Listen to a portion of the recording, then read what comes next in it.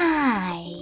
In front of me is NOKIA T21 and today I would like to show you how you can switch on or off adaptive brightness on this NOKIA.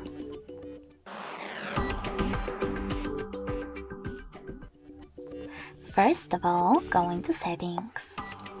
Now scroll down and access display. Lastly, click on this gray sweater next to adaptive brightness to switch it on or off.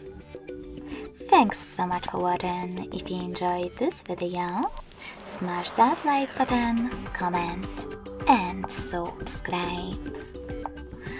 Bye!